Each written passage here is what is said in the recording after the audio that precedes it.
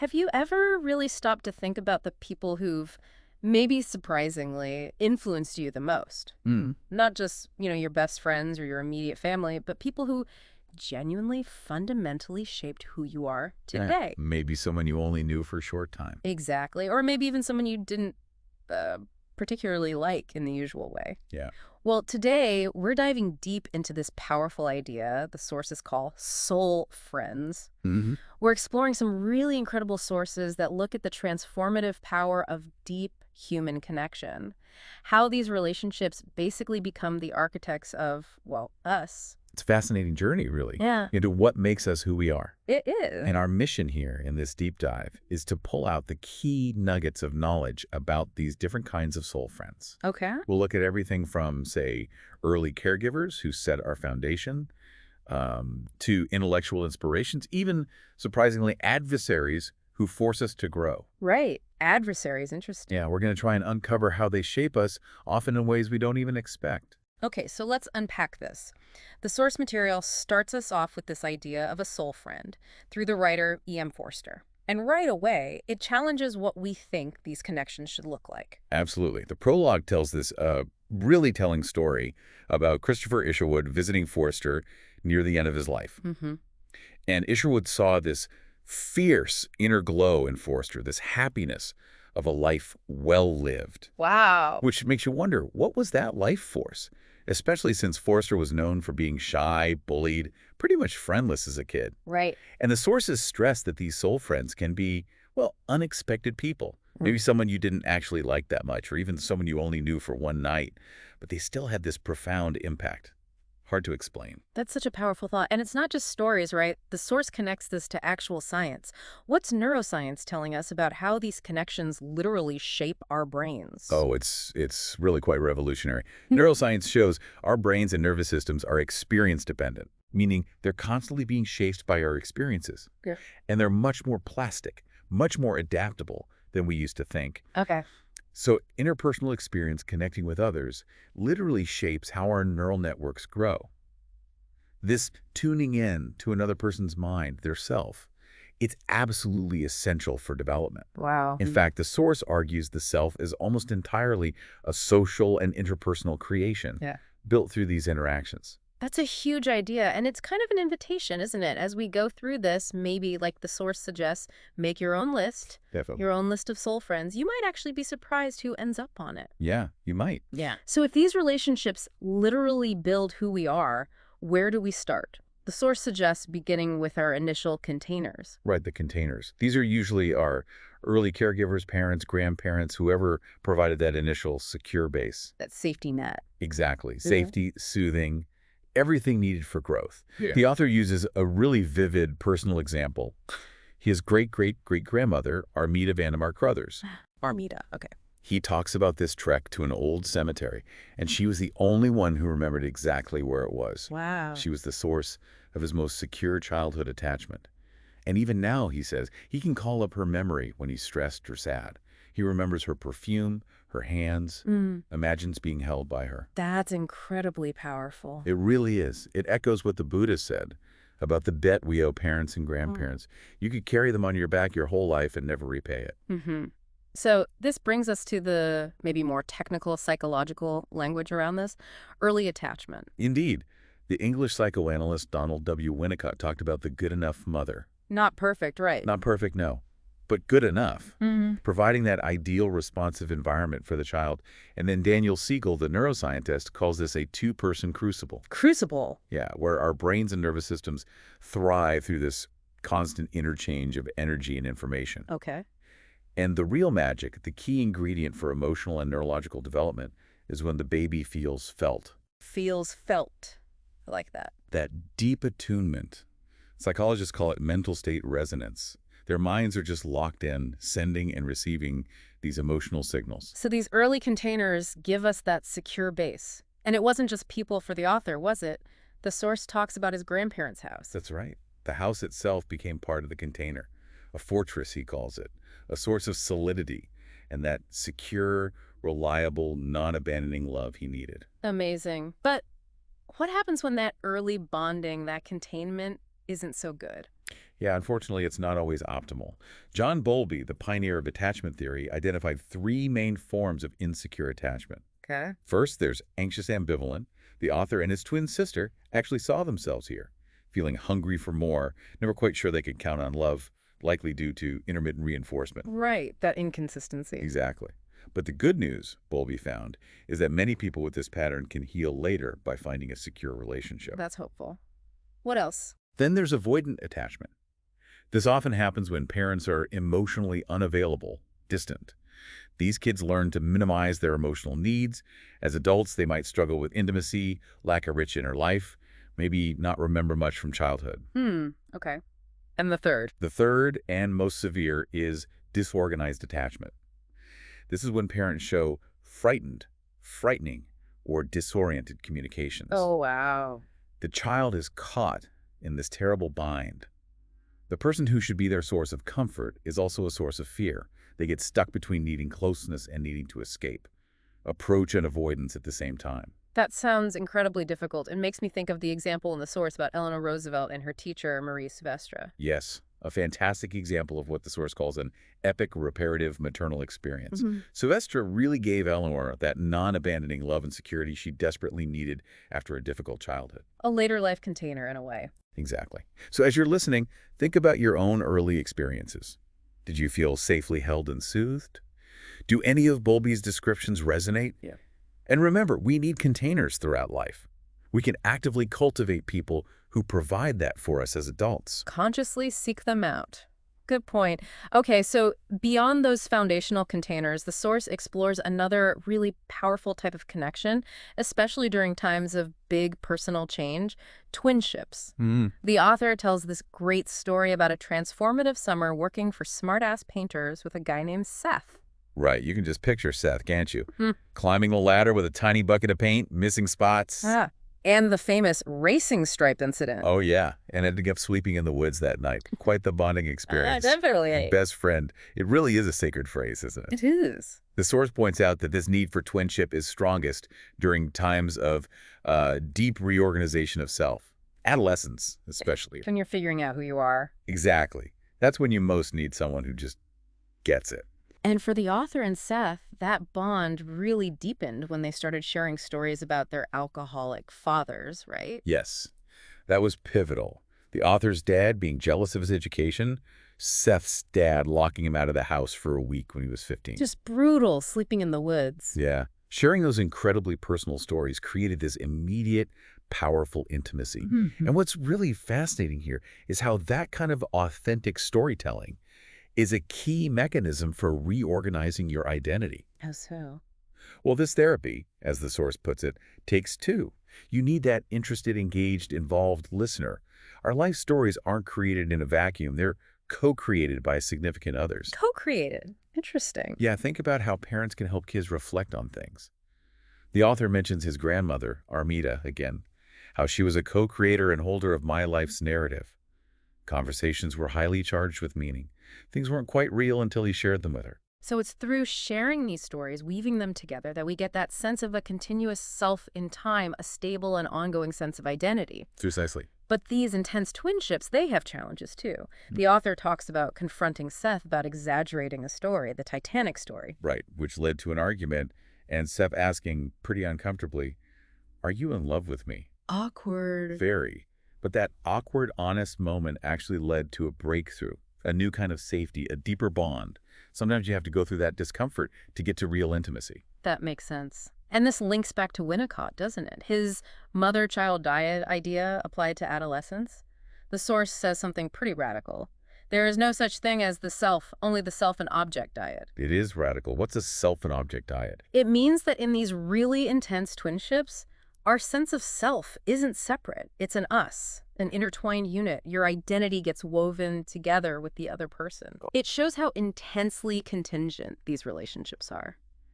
Your friend's presence feels vital, as important to us as oxygen and food. Your self literally depends on them. That explains the intensity. It does. And the source gives an infallible litmus test for this kind of relationship, what it calls a self-object relationship. What happens if that bond is threatened? Armageddon, basically. When there's a serious conflict, there's this desperate need to heal it. Okay. Because that person, that self-object, feels like part of you. Okay. So you engage in things like tracking your internal radars, constantly scanning their subtle moods and shifts and repair, trying to fix any breaks immediately. You're highly attuned. That intense connection, it makes me think of Finney and Jean in A Separate Piece, that famous literary twinship. Exactly. The author even says he realized Seth was his Finney that summer, rereading the book. It captures that formative, almost consuming bond. Yeah. So maybe you think about your own twinship experiences. Can you recognize that profound sense of contingency? How did you handle doubts or fights when that connection felt threatened? Good questions. Okay, so from intense connection, we shift gear to something else powerful but maybe unexpected: adversaries. The source talks about wrestling with the angel, echoing that Rilke poem about growing by being defeated decisively by constantly greater beings. It's not about losing, but growing through the challenge. Right. And the author gives us Helen Harrington Compton, MC, his Buster. his term. She taught him to tolerate frustration, to stay in the fight. He describes this unspoken rivalry, her constant instructions, even on how to use a broom, often with stories about her mother thrown in. She definitely didn't baby him. No coddling there. So what's the deeper point? How does this kind of relationship help us grow? Well, the source suggests that facing this kind of adversary, if you respond well, forces you to see yourself as a center of an initiative, meaning you develop your own drive, your own agency. You learn to push back, to stand your ground, and you cultivate resolve and strong determination qualities. The source links to an enlightened mind. It even mentions Dr. Compton observing the author and saying, "That boy truly loves to work." The challenge brought out his potential. Interesting. So MC modeled perseverance too. Absolutely. Just throwing herself at huge tasks until they were done. It embodies that saying, how you do one thing is how you do everything. There was this deep engagement between them in the work itself, a focus on mastery, on the intrinsic rewards. It gave the work almost a religious feel, a mutual forging. And this idea isn't just limited to bosses, right? The source mentions Marie Souvestre again, Eleanor Roosevelt's teacher.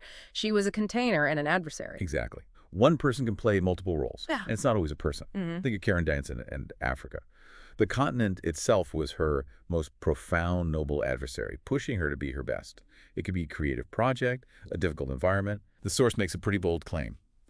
People at the very peak of their human possibilities almost always have, or have had, a mature, noble adversary in their adult lives. Wow. Almost a requirement for greatness. Gives away. Okay, this next example really jumped out at me.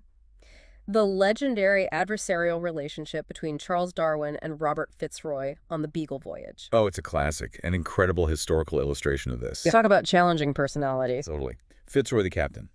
Brilliant, but moody, plagued by depression. His predecessor had even died by suicide. Oh my gosh. And Darwin, kind of unassuming at first, a poor writer, scattered interests, but with this relentless curiosity. And their task mapping South America, circumnavigating the globe, was incredibly dangerous. Fitzroy was initially Darwin's mentor, his soul friend, his captain. But ironically, he later became Darwin's biggest critic, vehemently opposing his theories. From friend to foe, but the source says this adversity was actually good for Darwin. Paradoxically, yes. Constantly arguing with Fitzroy, having to defend his ideas, helped Darwin clarify his views about evolution and anticipate the objections he'd face later.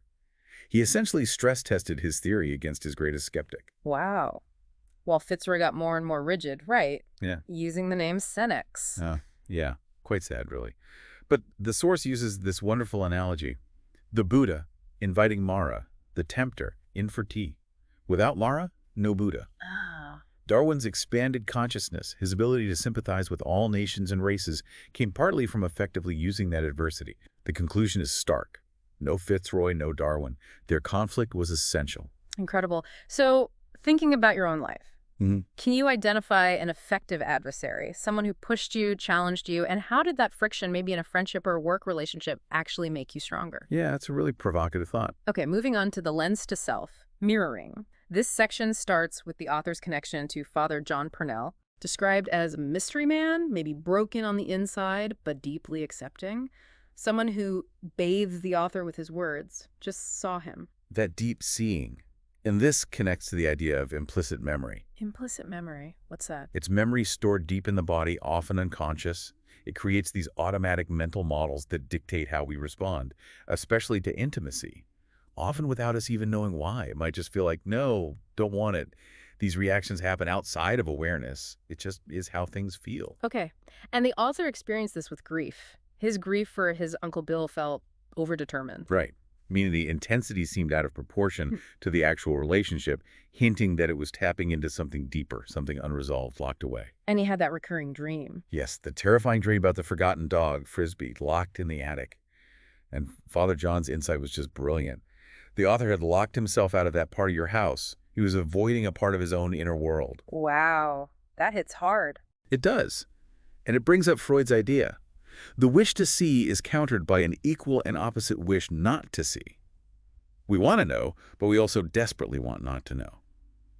Carl Jung called facing this the night sea journey, going into the dark basement to find the key. Which raises the question, where do we find someone to help us do that? A truth teller who cares enough to be the door, to take that journey with us. Exactly. And for the author, John Purnell was that human mirror. Mm. Irreplaceable. Along with the whole church community, actually, which valued truth-telling. Mhm. It links back to Freud and Brewer saying the hysteric suffers mainly from reminiscences, unbearable unconscious memories. Psychoanalysis, or just a really good mirroring friendship, helps bring that hidden truth out, forces it through every pore. It's an act of uncovering. And this was fascinating. The source notes Freud himself needed this. Flies acted as his mirror, his analyst, while Freud was basically analyzing himself. Yeah. Leading to these incredible breakthroughs, these beloved shades emerging from his own unconscious. Even the pioneers needed a mirror. So- It seems we humans have this uncanny radar for the precise situation that will heal us.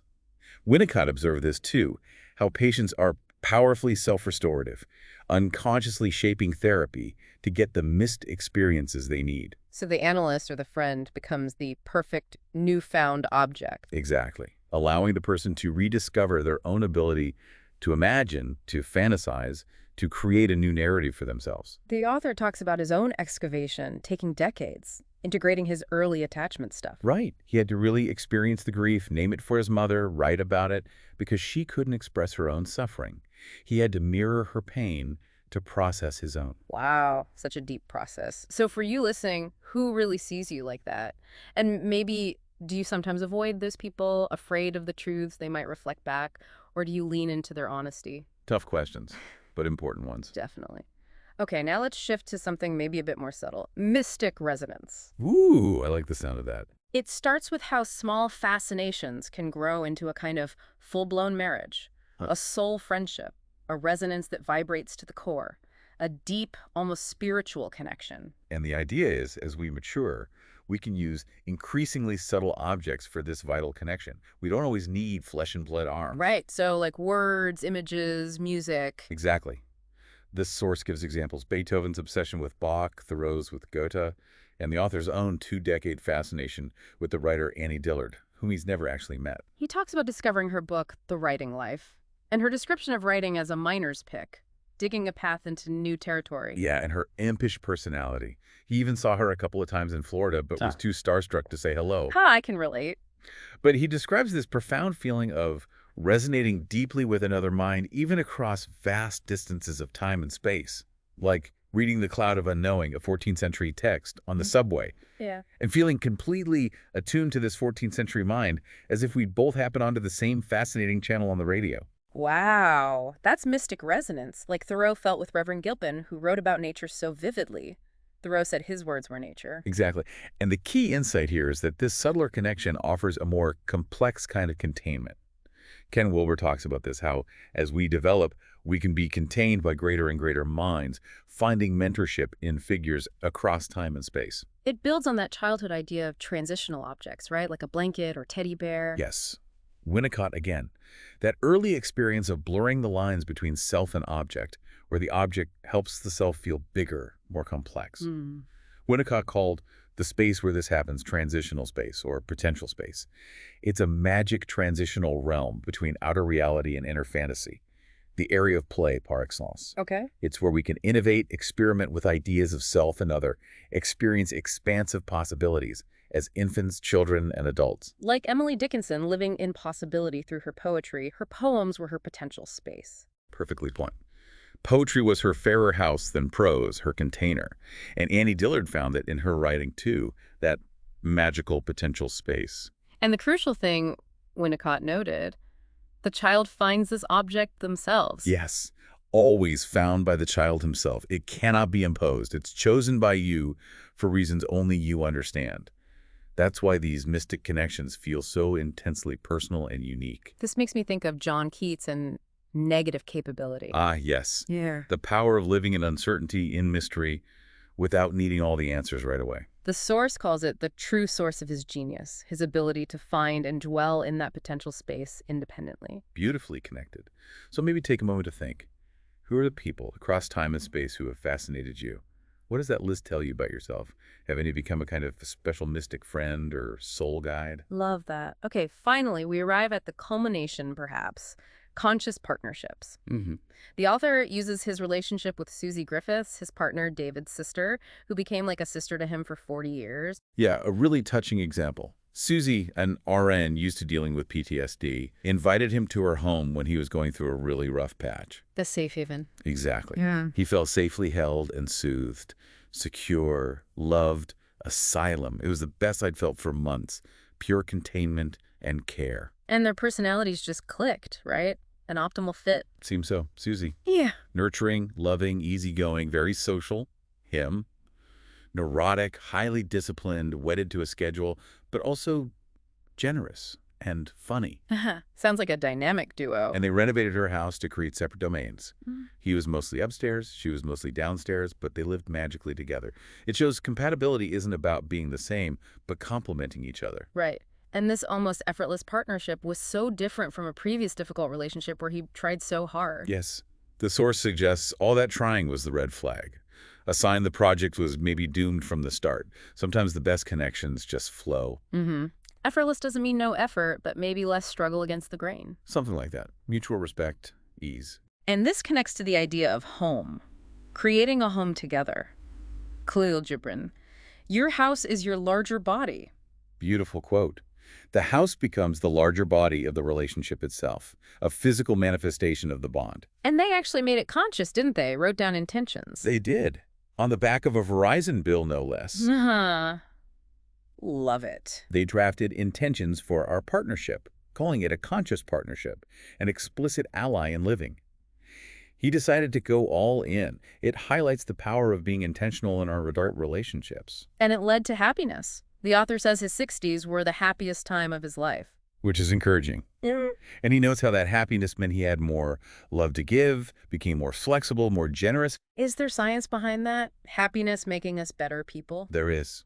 Positive psychology. Dr. Barbara Fredrickson's broaden and build theory. Broad and build. Yeah.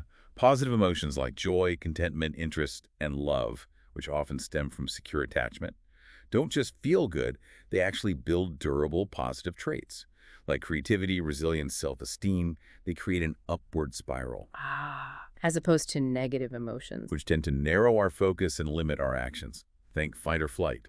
Positive emotions open us up. Like in the strange situation experiment, the securely attached kid explores happily when mom is there. Exactly. They feel safe, so they can play, explore, broaden their world. Play depends upon a requisite state of safety. It's true for adults, too. We thrive when we feel secure. So conscious partnership fosters that security, like Queen Victoria and Prince Albert. Another great historical example from the source. Albert started out kind of nervously irritable, but Victoria's influence completely altered him, brought him great joy. And their partnership had this positive ripple effect. It's contagious. Mm-hmm. And the author saw himself and Susie in them, Victoria's passion, Albert's order. Yeah, the Dionysian-Apollonian dynamic. And he notes how Victoria, like his old boss MC, sort of forced everyone in her household to fall in love with her, even if they didn't always like her. Yeah. That compelling force of personality within a partnership. Huh. What a character. Okay, so final reflection for you listening. Who are your conscious partners? How do you define your shared purpose? And how do you intentionally nurture joy, contentment, interest, and love in those key relationships? Really important questions for building a fulfilling life. So what an incredible journey today. We've gone through containers, twinships, adversaries, mirroring friends, mystic resonances, and conscious partnerships. Whew. It really covers the gamut, doesn't it? And the core theme throughout is just how profoundly human connection shapes us, heals us, grows us. The author's book is basically one huge thank you note to these people. It really is, and it ends so beautifully with his personal epiphany in the epilogue, finally hanging his mother's portrait. After working through that subtle internal struggle. And realizing everything good that I have, I got from her. Yeah. Wow. Full circle. It really underscores that we're always seeking, always finding the connections we need to keep developing, whether we realize it or not. So what's the big takeaway for you? As we've looked at all these kinds of soul friends, from the ones who laid the foundation to the ones who challenged us, the ones who saw us, the ones who inspired us across time, the ones we choose consciously, it's clear they're not just external encounters. They're internal architects. They build who we become. So what if the biggest act of self-creation isn't just introspection, looking inward alone? What if it's about consciously recognizing and cultivating these transformative relationships that are writing the chapters of your very personal history? That definitely leaves you thinking. And it raises one last question, doesn't it? If our brains, our very selves, are the result of this ongoing, fecund and vital collaboration with others, what new soul friends might your own radar be picking up right now? Who's waiting out there to help you write your next, most authentic chapter?